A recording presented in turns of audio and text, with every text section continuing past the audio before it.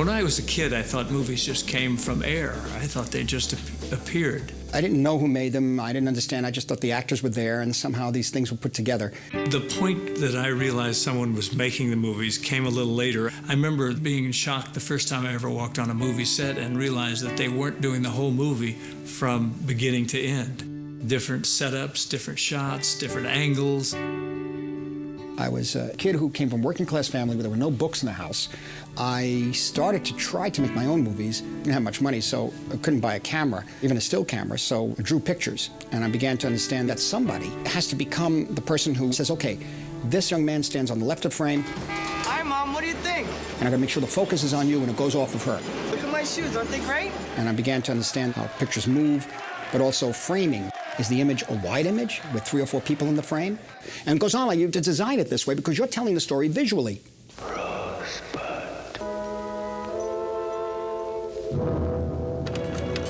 I think that studying film is so crucial for students today because movies speak everybody's language. It's universal.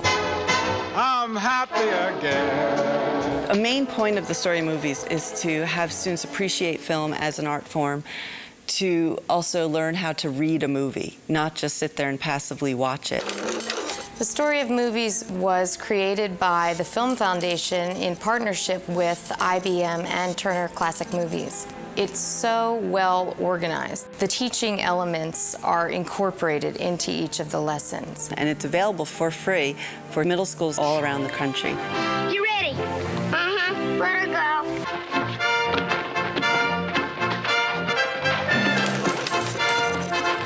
I'm Nicole, and we're in the Bloomfield Middle School in Bloomfield, New Jersey, and we studied the stories of movies here. In To Kill a Mockingbird, there was the one scene where Atticus puts Scout to bed and he walks out. Good night, Scout. And Scout starts talking about her mom. Was Mama pretty? And then, as they're having the sentimental moment, they come out of the window, out of the kid's world, and you see Atticus. And he's sitting on the bench, and he has his one arm up, and you can tell he's just missing his wife. When you see that he does have feelings and that he's lonely. And he has his arm like around the bench so that the audience thinks the mom should be here, but she isn't. I'm Herschel Marable. I'm from Bloomfield, New Jersey, and last year we did a program called The Story of Movies, and we studied To Kill a Mockingbird. In The Story of Movies, the reason the 3 films, The Day the Earth Stood Still and To Kill a Mockingbird and Mr. Smith Goes to Washington were chosen because as the stories are seen through the eyes of kids, the story points that are unfolding before us have an effect on those kids. Each one deals with a certain cultural and social issue. It places the context of the story is a certain historical period, which is important for younger people to be exposed to for the first time in a very powerful way. Also, there are young people in the films. When I saw The Day the Earth Stood Still, I was the boy's age. And communication to a younger person is more immediate if they could identify with a young person in the film. The Story of Movies is an opportunity to let kids understand exactly how movies are made. The pieces all have to fit together, or if they don't, then the movie doesn't work. I'm sorry, Dave. This mission is too important for me to allow you to jeopardize it. I think you should go and try to look at the movie. Just look at it and see how it affects you. While I'm watching the movie, in my subconscious, I'm like, ooh, that's really good lighting. It tells a lot about it. But I don't really think that. I just kind of know it in my mind. It's the way the actor was directed, the lighting, the use of music. All these things affect the image and affect the language that is speaking to you. If you're watching a horror movie and you put it on mute, it's basically dull. You don't feel anything. The sound editor, which puts all the specific sounds together, you can feel what's going on, not only by what you see, but what you hear.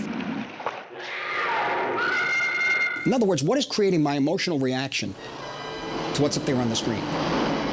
Technically, how it's created. Teachers can get this program by logging on to www.storyofmovies.org. It's full of ideas, including lesson plans, chat room, background information. There is something that makes it very palpable and very real and very visceral when a story is told on film and it's about you now and it reflects your society, good, bad, or indifferent. That keeps it alive. Either I'm dead right or I'm crazy. I think Marty Scorsese and others are putting the time into the story of movies because movies play such a big part in voicing what our society is like today. We do not pretend to have achieved perfection, but we do have a system, and it works. We all had a renewed sense of energy going into the classroom. It wasn't the same old curriculum. It was informative and educational, but it was fun at the same time. I would love to teach the story of movies again. That's all right. I just wanted to find out whether you still had faces. Kids should watch the story of movies because I'm telling you to. You got that? Okay. Let's get Turner Classic Movies supports the Film Foundation and the story of movies. Sign up for your school at www.storyofmovies.org.